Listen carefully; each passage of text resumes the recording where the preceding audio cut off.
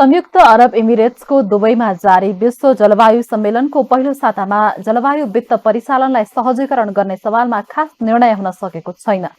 जलवायु सम्मेलनमा सहभागी विभिन्न देशका मन्त्रीहरूको पत्रकार सम्मेलनमा जलवायु परिवर्तनको असरले विश्व अर्थतन्त्रमा पनि प्रभाव पारेकाले पुनः परिभाषित गर्नुपर्ने अवस्था आएको निष्कर्ष निकालेको थियो। यसबारेको निर्णयका लागि उच्चस्तरीय राजनीतिक तहकै बाटो हेर्ने अवस्था सृजना भएको छ। जलवायु वित्तको नयाँ लक्ष्य निर्धारणमा खास प्रगति हुन सकेको छैन, तर यो विषयमा असहमतिका बुँदाहरू थोरै भएकाले राजनैतिक तहको छलफलमा निष्कर्षमा पुग्न सकिने अपेक्षा गरिएको वार्तामा सहभागी सदस्यहरूले बताएका छन्। विकासोन्मुख र अल्पविकसित मुलुकमा जलवायु परिवर्तनले निम्त्याएको हानि नोक्सानीको क्षतिपूर्ति दिने उद्देश्यले हानि नोक्सानी कोष कार्यान्वयनमा लैजाने निर्णय COP28 को एउटा महत्वपूर्ण उपलब्धि हो। यो निर्णयलाई विकासोन्मुख र अल्पविकसित देशहरूको सञ्जाल, जसमा 136 देश सहभागी G77 ले स्वागत गरेका छन्।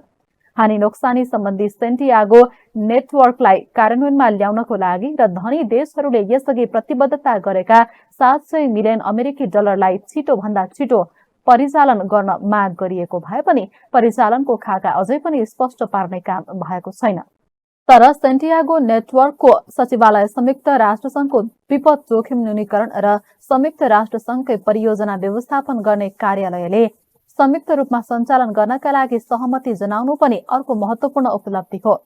COP28 का प्रमुख सवाल मध्येको एउटा महत्वपूर्ण सवाल भनेको ग्लोबल स्टकटेक हो, जुन विश्व तापमान रोक्नका लागि गरिएको इमानदार प्रतिबद्धता र धनी देशहरूलाई उत्तरदायी बनाउने एउटा कडी पनि हो।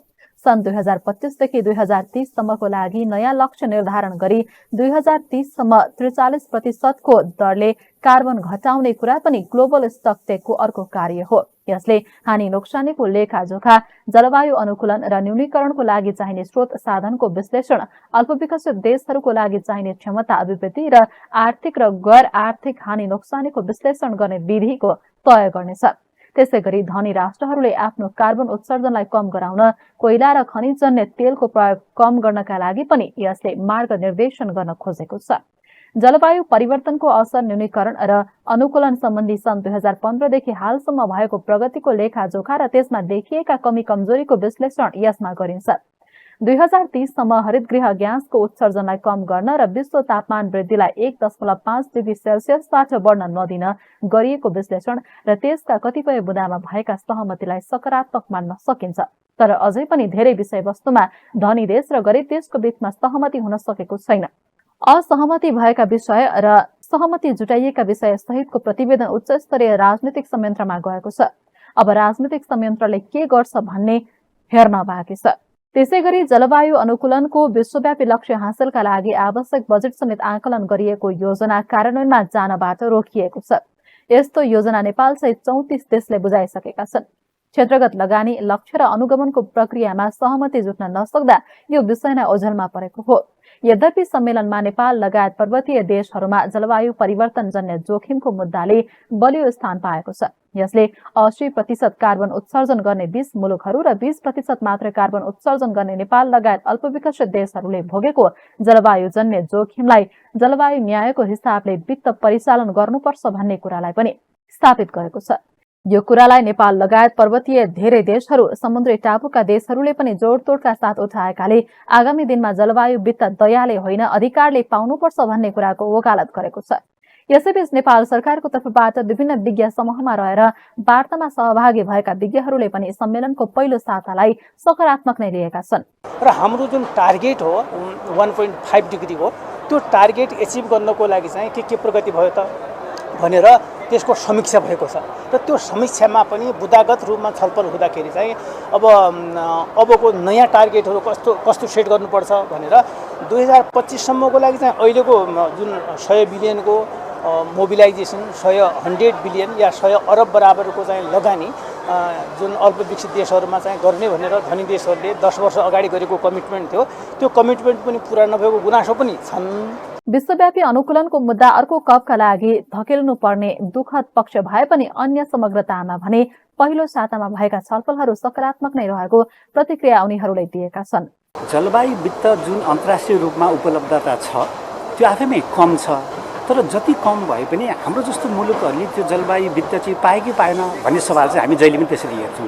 त्यस कारणले दुईवटा पक्ष के हो भने अन्तर्राष्ट्रिय रूपमा कस्ता खालका निर्णयहरू हुन्छन् र सँगसँगै चाहिँ त्यस्तो भएका निर्णयहरूले हाम्रो जस्तो राष्ट्रलाई चाहिँ फाइदा पुग्यो कि पुगेन, अथवा हाम्रो घरको तयारी, हाम्रो घरको चाहिँ हामीले गर्नुपर्ने कामहरू गरेँ कि गरेनौँ भन्ने कुरा छ। त्यस कारणले दुईवटा पाटोबाट हेर्दाखेरि अन्तर्राष्ट्रियमा के भनियो भन्दाखेरि जलवायु परिवर्तनसँगको कार्य गर्नको लागि राष्ट्रिय निर्धारित योगदानहरू बनाऊ, राष्ट्रिय अनुकूलन योजनाहरू बनाऊ भनेर चाहिँ यहाँ निर्णय भयो। त्यसो अनुसार हामीले रकम उपलब्ध गराउने, जस्तो चाहिँ 2020 देखि 2025 सम्म 100 अरब अमेरिकी डलर प्रति वर्ष दिने।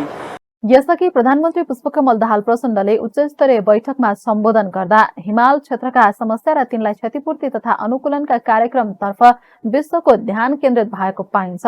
त्यसो त संयुक्त राष्ट्रसंघका महासचिव एन्टोनियो गुटेरसले नेपाल भ्रमणको क्रममा दिएको अभिव्यक्तिले नै नेपालप्रति विश्वको ध्यान आकर्षित गरिसकेको थियो।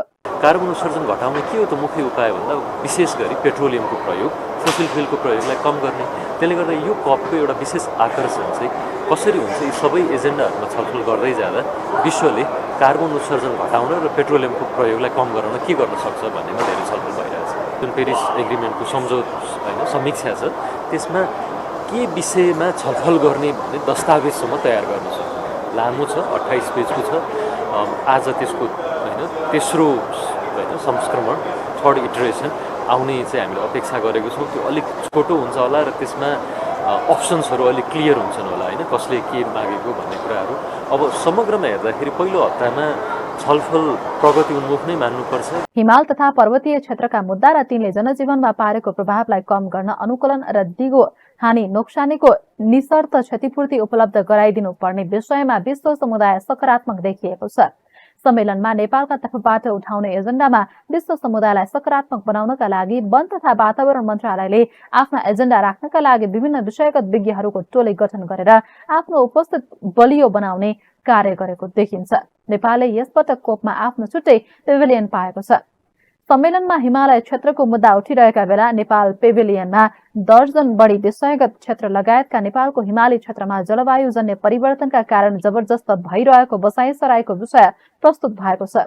विशेष गरेर हिमालय क्षेत्रमा परेको असर, अनुकूलन र हानि नोक्सानीको मुद्दामा सबैको आवाज एकीकृत भएको देखिन्छ। तर आन्तरिक तयारीको सम्बन्धमा भने नेपालले अझै धेरै नै अभ्यास गर्न पनि आवश्यक छ। जलवायुजन्य विभिन्न कोषबाट लिने अनुदानका लागि स्पष्ट दृष्टिकोण सहितको प्रोजेक्ट बैंकको आवश्यकता पर्ने भएकाले योजना निर्माण, योजना कार्यान्वयन र लक्षित वर्ग लाभान्वित हुने प्रत्याभूति विश्व समुदायलाई दिनका लागि नेपालले अझै मेहनत गर्न आवश्यक रहेको विज्ञहरूको भनाइ छ।